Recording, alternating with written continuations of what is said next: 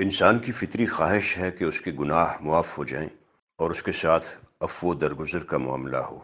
مغفرت انسان کے لیے از حد ضروری بھی ہے، اس لیے کہ گناہ بڑے نقصان کا باعث بنتے ہیں، دنیا میں بھی اور آخرت میں بھی۔ اور پھر گناہوں کی پاداش میں آخرت کا عذاب تو بے حد شدید اور لرزہ خیز ہے، اور کوئی بھی ذی شعور نہیں چاہتا کہ اس دردناک عذاب سے دوچار ہو۔ معلوم ہونا چاہیے کہ مختار کل صرف اللہ کی ذات ہے، لوگوں کے گناہ معاف کرنا بھی اسی کے اختیار میں ہے، لہٰذا بخشش و مغفرت کے لیے اسی کی طرف رجوع کرنا لازم ہے۔ اس ضمن میں سب سے پہلے تو ہمیں اس بات کو سمجھنا چاہیے کہ گناہ کیا ہے اور نیکی یا اچھائی کیا ہے۔ یہ بات سمجھنے کے لیے بہت سیدھی اور آسان ہے کہ نیکی یا اچھائی اللہ کے احکام کی تعمیل، جبکہ گناہ اس کی نافرمانی کا نام ہے۔ تعمیل حکم فرمانبرداری ہے جو باعث اطمینان ہے، جبکہ نافرمانی یا گناہ باعث اضطراب و پریشانی، باعث شرمندگی اور بالآخر باعث ذلت و رسوائی ہے۔ اس لیے گناہوں سے دامن کا پاک صاف ہونا نہایت ضروری ہے۔ اس کے لیے ہدایت کی ضرورت ہے، جس کا بہترین اہتمام اللہ نے فرما دیا۔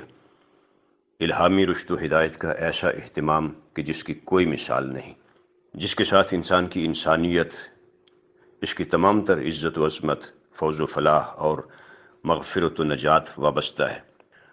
لہٰذا اللہ کے دین کے ساتھ وابستگی انسان پر لازم ہے، جس میں بنیادی طور پر ایمان، تقوی اور سچائی پر استقامت کا تقاضا کیا گیا ہے، اور جو اطاعت و اتباع کے ساتھ مشروط ہے۔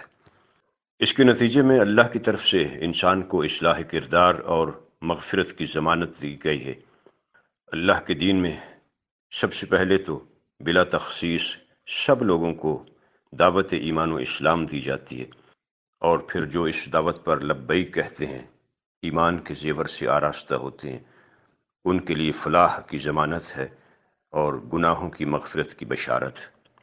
آخرت میں کفر و شرک کی کوئی معافی نہیں، یہ اللہ کا اٹل اور اصولی فیصلہ ہے۔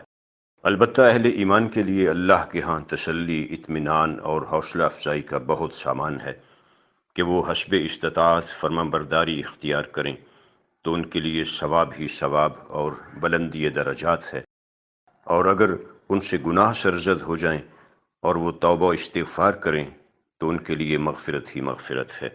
ویسے تو اللہ کا در رحمت و مغفرت ہمہ وقت کھلا رہتا ہے کہ وہ ذات رحمان الرحیم اور غفور الرحیم ہے، تاہم اس نے اہل ایمان کے لیے کچھ خاص اہتمام بھی فرما رکھا ہے، جس کی خصوصی امتیازی مثال ماہ مبارک رمضان ہے، جس کا دوسرا عشرہ صرف اور صرف مغفرت کے لیے مختص ہے۔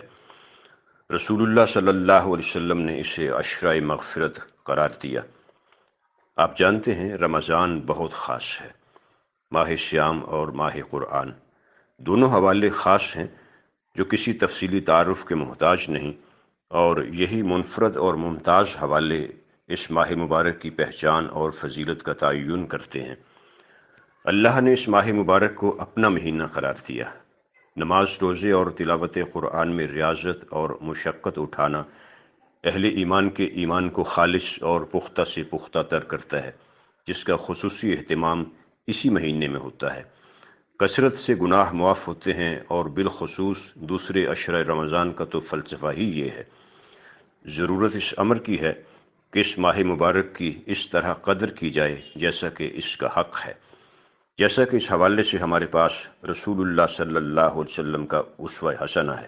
گنتی کے ان ایام کو غنیمت جانا جائے کہ یہ اللہ کا خاص انعام و احسان ہے، اس پر زیادہ سے زیادہ شکر گزاری کا رویہ اختیار کیا جائے، اور اس ماہ مبارک کی مناسبت سے جن امور و آداب کی پابندی کا حکم دیا گیا ہے، اس پابندی کو شعوری طور پر یقینی بنایا جائے کہ مومن فقط احکام الہی کا ہے پابند، تاکہ ہماری مغفرت کا یقینی سامان ہو جائے، اللہ کا قرب خاص نصیب ہو جائے، اور ہمارے دلوں میں حضور اکرم محمد الرسول اللہ صلی اللہ علیہ وسلم کی محبت اور اطاعت کی شمع روشن ہو جائے۔